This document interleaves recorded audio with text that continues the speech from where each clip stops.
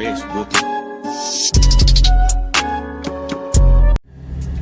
going on, people's TBE, man? It's been one hell of a week and a half. I know I haven't made a video in a couple of weeks. About 3 weeks since I made a video, but yeah, it's just been a lot of stuff going on past couple of weeks, from Super Bowl and bullshit Grammys to Kobe passing away and the aftermath after Kobe passes away. And I just ain't felt like talking about none of it. It just all seems so it's just so trivial, so dumb to even try to even elaborate on any of it, really. But I just wanted to make sure that I was talking about it in the right way it needed to be talked about. Not worried about offending anybody. My opinion is my opinion, and it is what it is. So I care less what anybody thinks about it. But Super Bowl I really wasn't into. I tried to get into it. I really didn't have a team I was really cheering for because my team wasn't in it. I'm a Ravens fan, so it's hard to know. It's hard to watch the Super Bowl when you know you could have beat either of the teams that are in the Super Bowl. So it's just hard to make me even want to watch it. But I watched it. It was a good game. It was a good game. But Shanahan does what Shanahan does. He choked it up. He choked out fucking fourth quarter. They had the game. San Francisco had that game. He started throwing the ball all over the place. 6 minutes left, 10-point lead. You know what we do in Baltimore. We run the ball. You got 10-point lead, 6 minutes left. We're gonna run the ball. We're gonna eat that clock up. No, he wanted to go for the knockout blow, and he didn't have a quarterback capable of throwing a knockout blow, and that's what that boiled down to. His quarterback was not capable of throwing a knockout blow, so they lost. Pat Mahomes, he played good, but he played okay. First, he played like crap. Then he played okay. Then San Francisco gave them so many chances to win the game. So it isn't like Kansas City won the game. No, San Francisco gave that game away. Anybody who knew football was watching the game could see that. But like I said, I didn't have a rooting interest, so I don't care. I'm just giving you my unbiased opinion about two teams that I really don't care about. So I'm here at what's the name of this damn place? Colorado Box Beef in Lakeland, Florida. If you've ever been here, this place is crap. I mean, I've been here. I had a 6 o'clock appointment. Luckily, they pushed my other appointment back till tomorrow. It's 240 miles away, but I'm glad they pushed it back because I've been here at 6 o'clock. It is 11:31. I paid them their $120 for half of the trailer they need to unload, and that was about an hour ago. So I guess they hurry up and get your money so you can't go nowhere because they know you're going to be here a while. I said I've been here a while, and yeah, so this place is crap. You ever come here, don't expect to book a load right behind this load. You can forget it.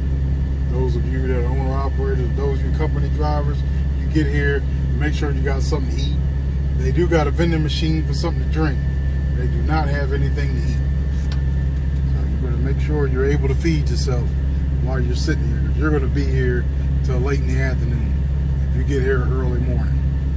The guy who was here 5:30 in the door, 5 o'clock in the door, he told me he just left there like 20 minutes ago. So he said he's gonna hope they take his next load. He was scheduled to deliver at 12 o'clock, and he had 4 hours to drive. So he doesn't even know if they're gonna even take his load. But yeah, back to the Super Bowl. But yeah, I'm happy for Kansas City. They never won a Super Bowl. They haven't won one since the Super Bowls first started. So that's how long it's been since they won one. San Francisco, they've won plenty of Super Bowls. They'll be all right. They got a good young squad, good defense. everybody, you know what I mean, everybody's coming back. So that they didn't sneak up on anybody. They just beat the crap out of people all year. And San Francisco became a team that everybody was worried about. Even when I played them, when the Ravens played them, I was worried about them. And they played us tough. We got them on the last drive, but Jimmy G could have came down and tied the game up. But he's not capable of tying the game up. That is the whole point. He's not built like that. He's a game manager, which is what most quarterbacks are in the NFL. Except he's a game manager who's not capable of rising beyond his mediocre potential when you need him to. He just can't do it. So that's my take on the Super Bowl. Then Kobe Bryant passes away. I'm not even gonna talk about the Grammys. Don't get me started on that mess. And P. Diddy and his little stupid speech. As many artists as he done beat. All the bad boy artists are broken poor. They might also be out here driving trucks. Sir, all of them. They might as well he put them on a tour to put some money back in their pockets, and then they back looking at him like he crazy.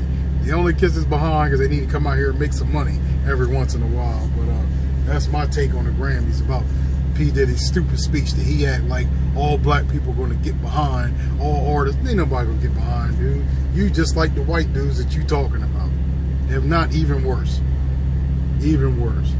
So, that's my spill on the Grammys. But as far as Kobe passing away, my wife took it pretty hard. I guess because it was him and his daughter died in the helicopter, you know what I mean? So she took it pretty hard. I remember she didn't sleep most of that night thinking about that, thinking about the crash.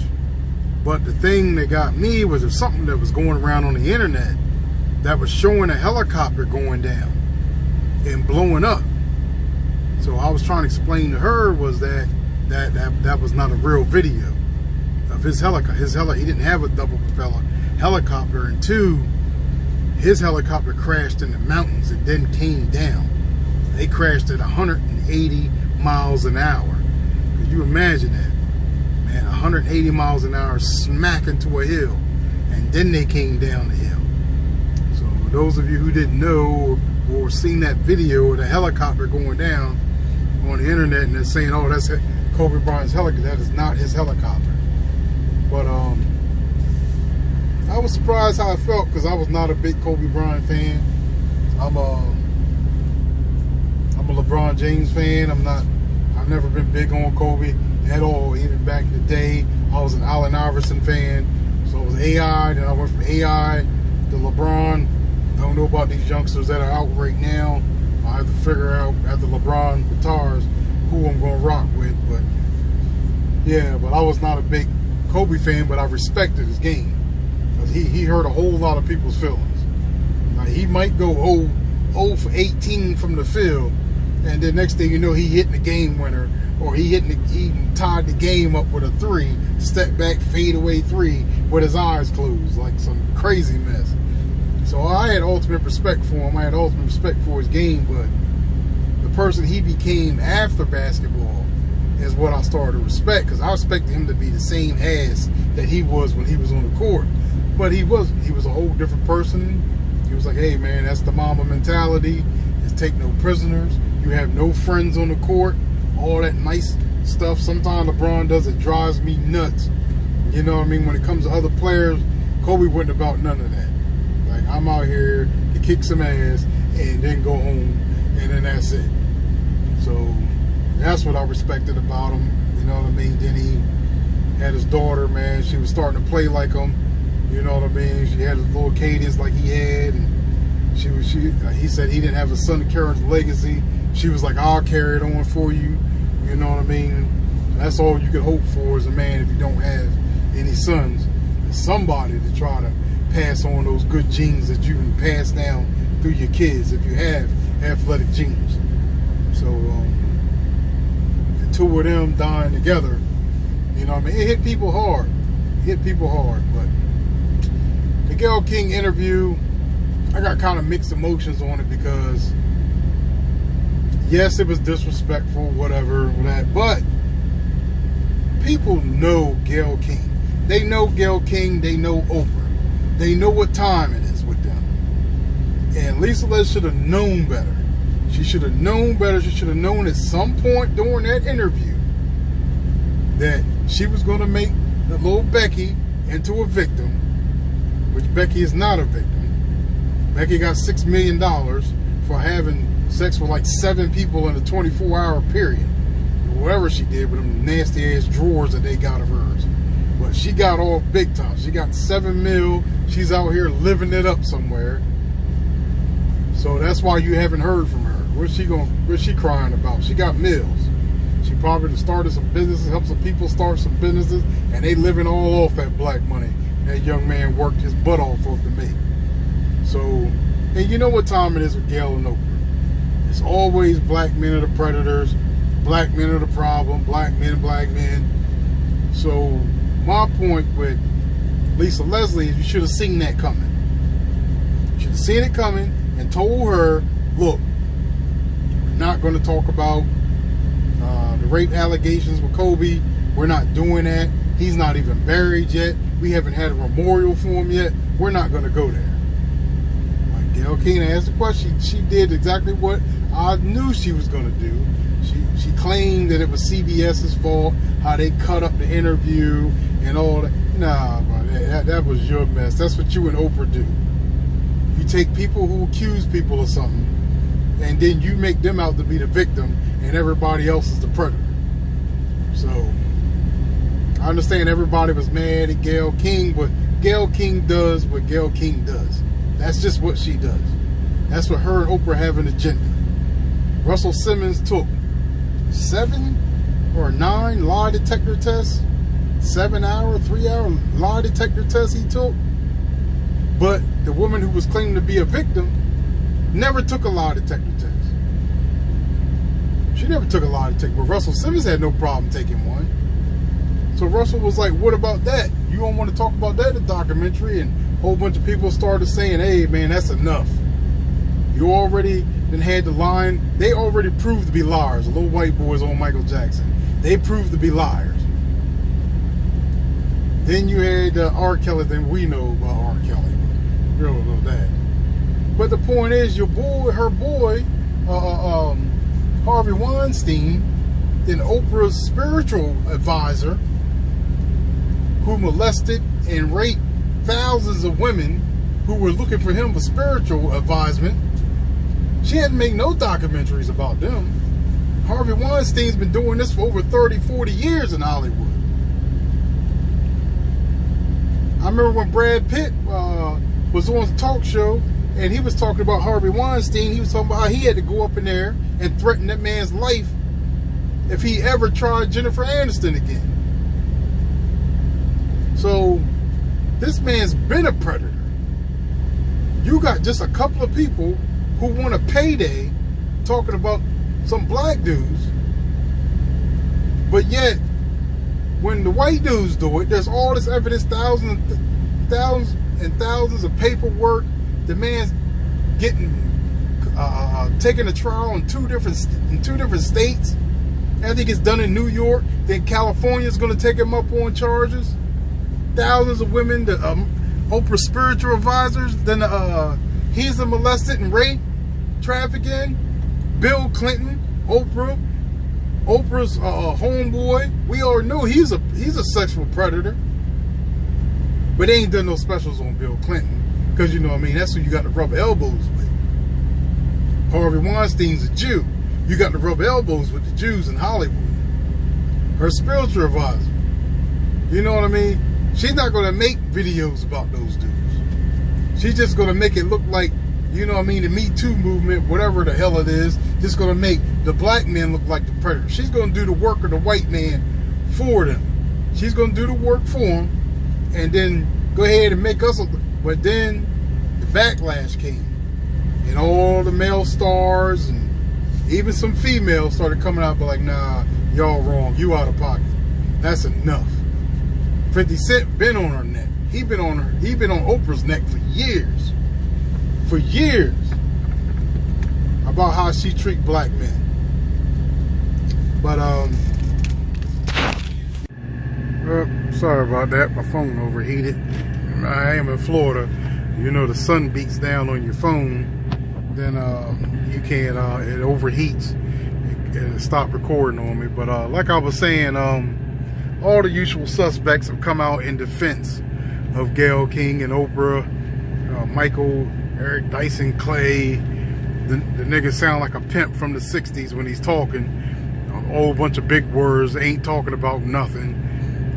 Came out talking about rappers this and rappers that. Yeah, Snoop went a little overboard, but we know what he was talking about when he said we're gonna ride on you. Nobody with any sense, the real niggas, like, we know what he was talking about. He meant ride on you was get in your ass and start talking shit like what we've been doing over the past couple of days. So now all the victimhood, the women victimhood of stuff has started now. So now it's gone from Oprah attacking black men, Gayle attacking black men, making documentaries and spending all this money trying to take down certain black men's careers that used to be friends of hers. You know what I mean? Used to be friends of hers, but now she's out to take them down. But she's not out to take down none of her good old white friends. Just the black ones. She's just out to take the black. And that's what we're calling her out on. It's just that. So she's trying to turn it around and make it like, oh no, the black men, they just out to attack black. Well, no, we're out to attack you and Gayle. That's what we're out to attack, because you got billions of dollars, Oprah. You got access to billions of dollars. You got your own network. Gayle King is on CBS, the most watched network on television. That's why we're attacking you. So they went and got all their old friends. Now Susan Rice was talking crap, ain't never did nothing for no black person her whole life. Her whole life is white. So we don't want to hear nothing Susan Rice is talking about. And she ain't gonna do nothing to nobody. Talking about she gonna bring a whole army and all this. Yeah, whatever. You ain't bringing nothing. You up there living the high life, the white life, and you keep doing that. You ain't doing nothing. But all the other little so-called pro-black females are starting to rear their little heads out. They're scared to say something because they don't want the backlash. Like Amanda Seals, there's a couple of other ones, Angela Rye. They're kind of staying quiet because some of these guys that are speaking out are some of their friends. So they don't really know whose side to really be on, because they know that man just passed. And you all need to chill with all the past stuff that happened and all that. See, we would expect that from the white media. The problem was it came from the black media. That's why it hit so hard when it came to guys like Snoop Dogg and other people, including myself. Like, I did not like that at all. It left a real bad taste in my mouth. But like I said, I have mixed feelings on it, because you all should know when you fuck with them, that's what you're gonna get. That's exactly what you're gonna get. So that's my opinion on the past week and a half, man. I'm gonna keep riding for the brother because he's not here to defend himself. The case was dismissed. She refused to testify because she did not want to testify to all that semen that was found in her underwear from 7 different dudes in a 24-hour period. That's what she did. She went around and knocked on motel doors, and she ended up scoring the big one with Kobe. But other than that, she was sleeping with random ass dudes. So, and those are facts. That's why her ass didn't want to take it to trial. So she found one of them celebrity lawyers that tried to get her a payday out of the whole bit. And that's what she did. Kobe got tired of fighting it. He wanted to try to fix his marriage with Vanessa. So he let, what's $7 million to Kobe? A drop in the bucket. He spent that buying a ring for Vanessa. He didn't care nothing about $7 million. It meant the world to her because that's all it was about. So that's my spill on the past week and a half. I finally let it all out. So that's how I felt on everything that's been happening in the past week and a half. It's TV, trucking. Hopefully about the end of the month, going into next month, I'll be making videos about me getting my truck, getting my own truck. So that's what I've been focusing on more than anything else, trying to get this damn truck. So I'll have some ride-alongs and me talking while I'm driving, but I can't really hear myself talk when I drive because I mumble a little bit when I talk. So I try not to do too many videos of me riding in the truck, even though I did some reviews and stuff of me riding in the truck. But yeah, but that's my thoughts on what happened over the past week and a half, and it's only going to get a little ugly. It's going to get ugly before it gets better. But I only hope that Oprah and Gayle King don't trick all females into believing that black males are the predators out here, and that the white man is all innocent, and that Becky's tears mean more than anything else, and that when a white woman accuses